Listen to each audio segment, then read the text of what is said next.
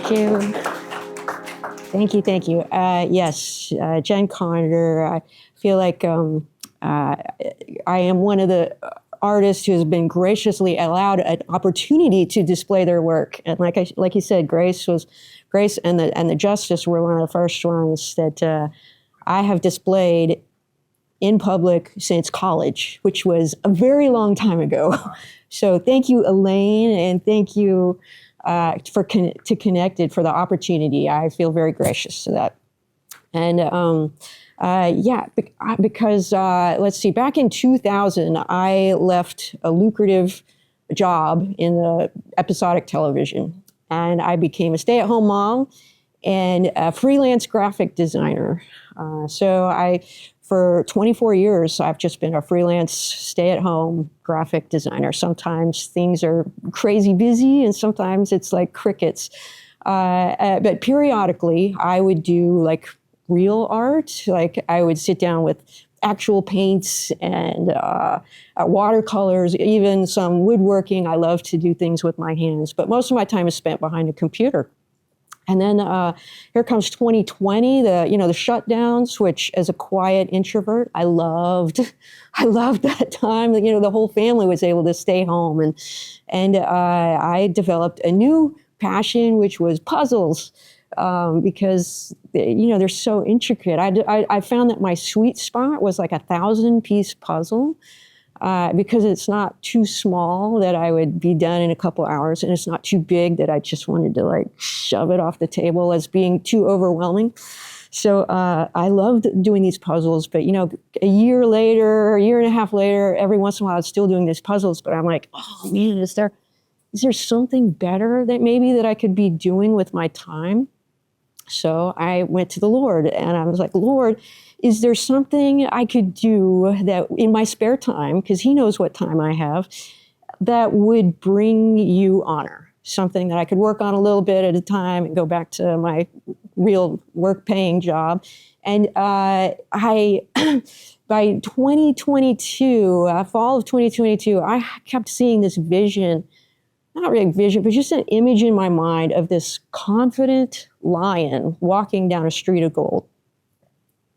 It's like the picture of confidence to me. And it's Jesus, the Lion of the tribe of Judah, right? I mean, he is walking confidently through time and space, and no plans of the enemy are catch him off guard, but he walks in power, love, and also humility in a way that we don't see in this world very often. One of the spots that portrays this to me is like John 13:3, where Jesus is in the upper room with his disciples. And it says, Jesus, recognizing that all power has been given to him from the Father, knowing that he's come from God and is going back to God, what does he do? He ties a towel around his waist to wash the disciples' feet. And that's just like such a picture of like power and authority, yet at the same time, love and humility that just blows my mind. Anyways. So that's what I see. That's what the vision that I had in my mind. And as a follower of Christ, is he calling me to be bold and confident, loving, humble in the same way? Is he calling me to step out? And, just yesterday I was watching a testimony of an Iranian Christian in Iran, and she was arrested for her faith, for proclaiming the gospel, right? She's arrested, she's thrown into one of the most brutal prisons in Iran. And she's been beaten, tortured, all kinds of things. And at one point they take her and they say, look, if you keep talking about Jesus, we're going to cut your tongue out. And she says, if you cut my tongue out, I'm going to use my body language to share the gospel. And I was like, oh my gosh, that is a boldness that we don't see over here, because we're not being tortured for our faith. But Proverbs 28:1, which I've got down in the corner right there, it says, the wicked flee though no one pursues, but the righteous are as bold as a lion. So I have this image in my head, and 6 months later, I'm digging through my attic, and I find this old painting that I did in college, and I rip the canvas off, and I get a new piece of canvas, staple a canvas on it. It's like an old frame. It even has my old last name on the back. And I've got this new piece of canvas, and I sketch out this image, and I quickly realized I do not have the confidence to paint this image of confidence that the Lord has given me.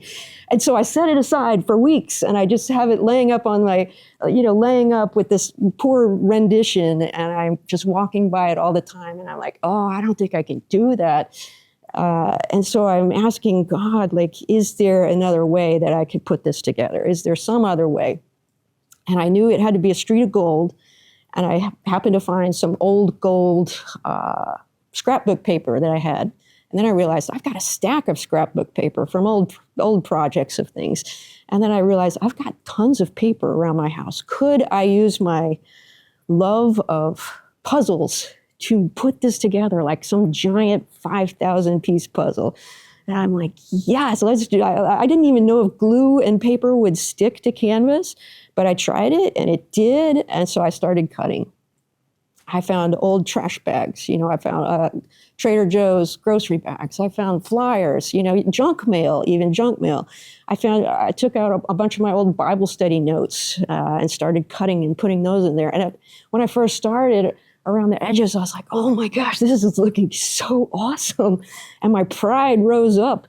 And then as I got to this area, I'm like, oh no, this is horrible. And I would do whole sections, and it would just take it might take a day to do this much. And I would realize it's wrong. And I would just rip it up, and I would feel like my time once again was being wasted. Like, come on, God, what's going on?